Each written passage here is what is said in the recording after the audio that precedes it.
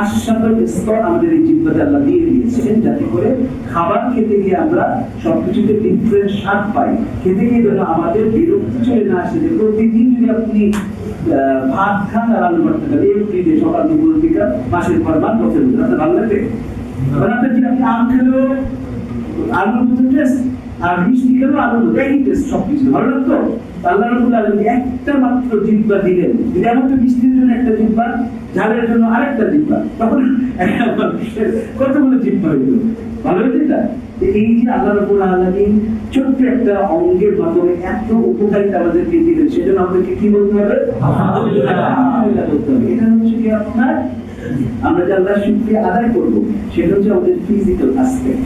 Physical অ্যাসপেক্টে আরো বড় একটা জিনিস আছে, সেটা হচ্ছে আমাদের নিঃশ্বাস গ্রহণ করি। নিঃশ্বাস গ্রহণ করি না? এই নিঃশ্বাস গ্রহণ করি আমরা ব্যাটারি চার্জ দেই, সেই চার্জের কারণে আমাদের একটা অটোমেটিক নেই ছেড়ে হয় না, কি মোটর চাপতে হয় না। এই নিঃশ্বাসটা আমরা কি নিজে নিজে চিন্তা করি, যখন একটা নিঃশ্বাস নিব প্রশ্বাস ছাড়বে, এরকম করি? এটা কিভাবে হয়? অটোমেটিক হয়। এই যে অটোমেটিক একটা সিস্টেম আল্লাহ রাব্বুল আলামিন কোরআনের ব্যাটারি ছাড়া, চার্জ ছাড়া মৃত্যু আমাদেরকে দিয়ে দিয়েছেন। এই জন্য আমাদেরকে কি বলতে হবে? আলহামদুলিল্লাহ। আমি যে চিন্তা করে যে নিঃশ্বাসটা নেই, সেই নিঃশ্বাসের কি নেই? বাতাস নেই। বাতাসে কি আছে? অক্সিজেন আছে, আরো কিন্তু আরো কি আছে? কার্বন ডাই অক্সাইড আছে। আপনি নিঃশ্বাস নিলেন, এই নিঃশ্বাস থেকে আপনি কার্বন ডাই অক্সাইড গ্রহণ করতাম আমরা, তাহলে আমরা কি সুস্থ স্বাভাবিক জীবনযাপন করতে পারতাম? আমরা শারীরিকভাবে অসুস্থ হয়ে বিকলাঙ্গ হয়ে আমরা মৃত্যুর দিকে ধাবিয়ে দিতাম। কিন্তু এই যে বাতাস থেকে অক্সিজেনটা গ্রহণ করে আমাদের শ্বাস প্রশ্বাস, আমাদের রক্ত সঞ্চালন, আমাদের হৃৎপিণ্ডের কর্মকাণ্ড পরিচালনার যে সিস্টেমটা, এই সিস্টেমটাকে আমরা কোনো কম্পিউটারাইজ প্রোগ্রামের মাধ্যমে করি, কোনো সফটওয়্যার ইনস্টল করা আছে? কিভাবে হয়? অটোমেটিক। এই কাজটা কে করে দিয়েছেন? আল্লাহ রাব্বুল আলামিন করে দিয়েছেন। সেই জন্য আমাদেরকে কি করতে হবে?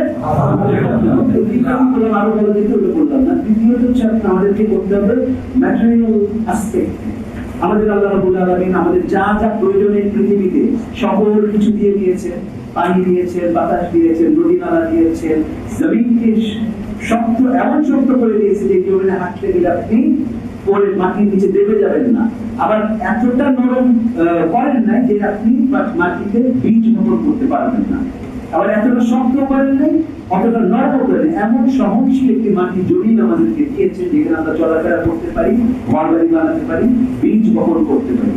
এই যে ম্যাটেরিয়াল জগতের যা কিছু আছে, এগুলো একটা নিয়ামত আমাদের জন্য। এই নিয়ামতটা কে দিয়েছেন? কার জন্য দিয়েছেন? সুতরাং আল্লাহ আমাদের কাছে কি চাচ্ছেন বিনিময়ে?